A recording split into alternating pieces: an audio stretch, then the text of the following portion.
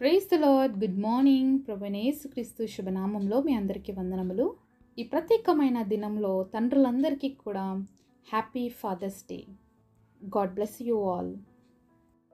Happy father's day. చిన్న ప్రార్థనతో ఈరోజు దేవుని వాగ్దానాన్ని స్వతంత్రించుకుందామా? పరిశుద్ధుడైన మా తండ్రి, నీ ఘనమైన శ్రేష్టమైన నామాన్ని బట్టి మీకు వందనాలు నాయన. పరమ తండ్రిగా మా జీవితాల్లో ఉన్నందుకు దేవా మిమ్మల్ని స్తుతిస్తున్నాము, గణపరుస్తున్నాము. ఈ ప్రత్యేక దినంలో ప్రతి తండ్రిని మీరు బహుగా దీవించమని, ఫలింపచేయమని మీకు స్తుతులు స్తోత్రాలు చెల్లిస్తున్నాము. మేము విలువైన మాటల చేత మా అందరితో మాట్లాడి దర్శించమని ఈ నామంలో ప్రార్థిస్తున్నాము తండ్రి.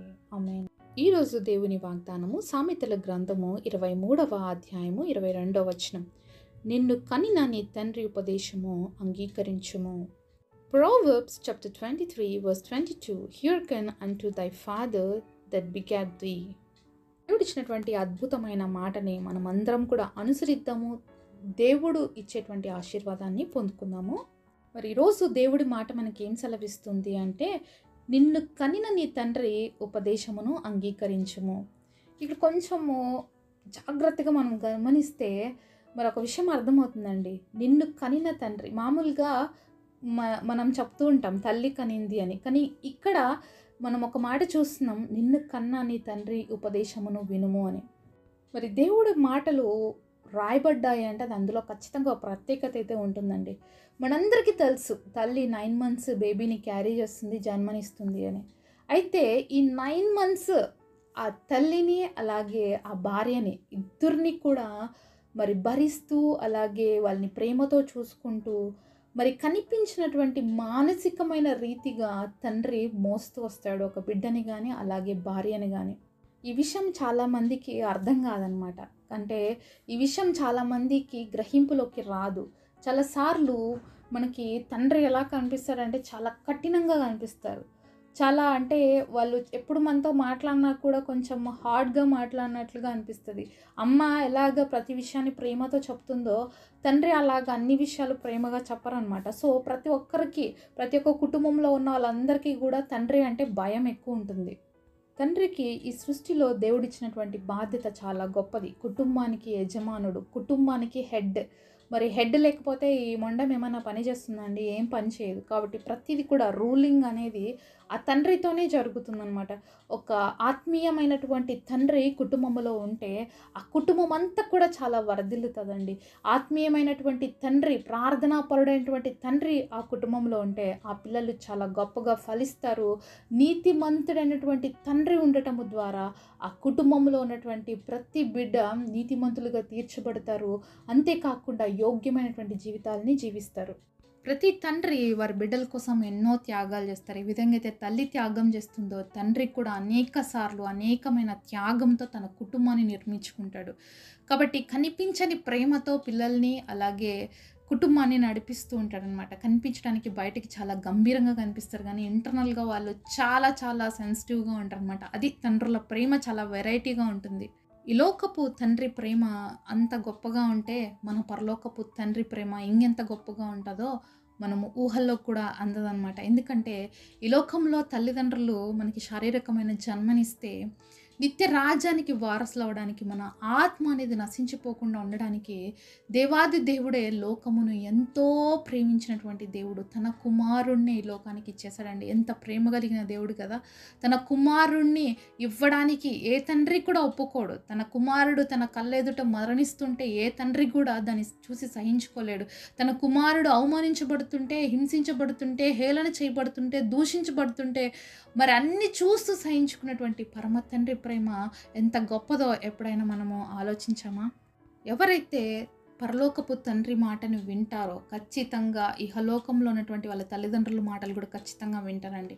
ఈరోజు ఎవరైతే మాటలు వింటున్నారో, మీరు పిల్లలైతే దయచేసి తల్లిదండ్రులకి లోబడాలని దేవుడు వాక్యం రాయబడింది కాబట్టి లోబడ్డం నేర్చుకుందాము. తల్లిదండ్రుల మాట వినడం నేర్చుకుందాం. అది ఎంత ఆశీర్వాదం అంటే చాలా గొప్ప ఆశీర్వాదం. అందుకనే దేవుడు మాటలో రాయబడి ఉంది, నీ తండ్రి ఉపదేశమును అంగీకరించు. మీ తండ్రి ఏమైనా చెప్తున్నప్పుడు మన మంచి కోసమే చెప్తారు అనేది మొదటిగా మనం గ్రహించుకోవాలి. తండ్రి మాటని మనం వినటం నేర్చుకోవాలి. మనం చాలా విషయాల్లో చాలా చిన్నవాళ్ళం, మనకు అనుభవం ఉండదు, కానీ మన పేరెంట్స్ ఎన్నో విషయాల్లో అనుభవం పూర్వకంగా నేర్చుకున్న పాఠాలే మనకు చెప్తారు.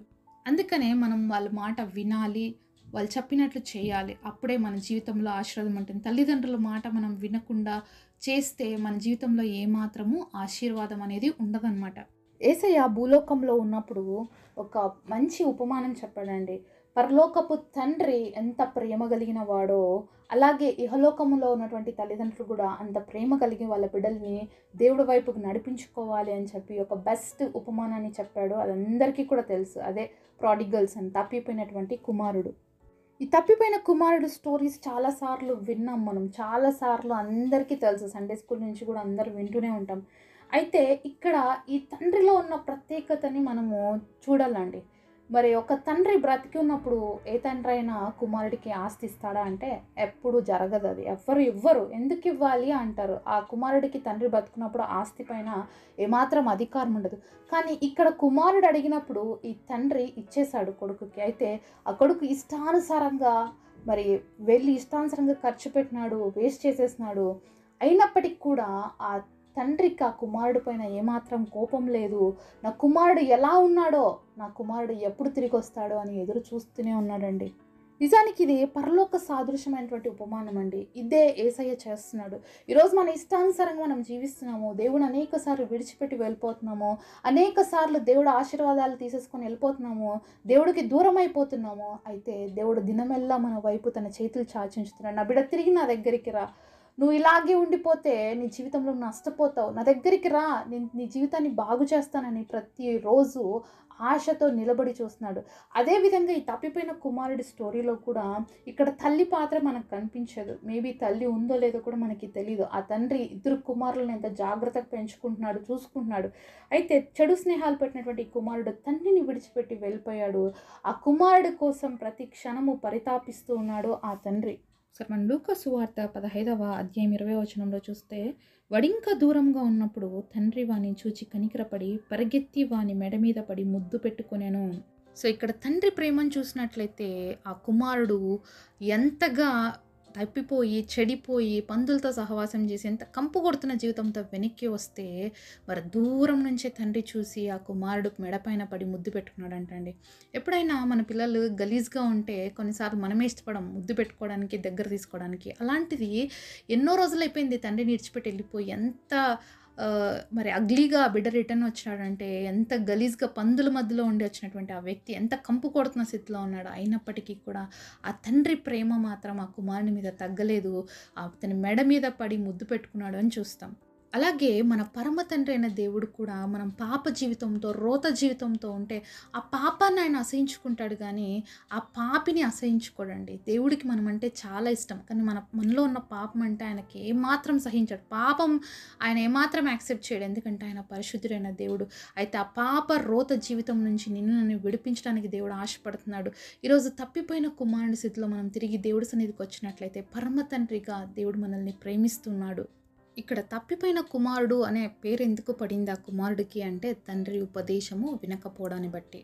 తండ్రి ఆ బిడ్డకి ఎన్నిసార్లు చెప్పుంటాడు, వద్దు బాబు అలా వెళ్ళకూడదు నాన్న, తప్పు నాన్న అని ఎంత రిక్వెస్ట్ చేసినా కూడా ఆ పిల్లోడు వినలేదు. కాబట్టే తండ్రి ఆస్తి ఇవ్వడానికి రెడీ అయిపోయాడు.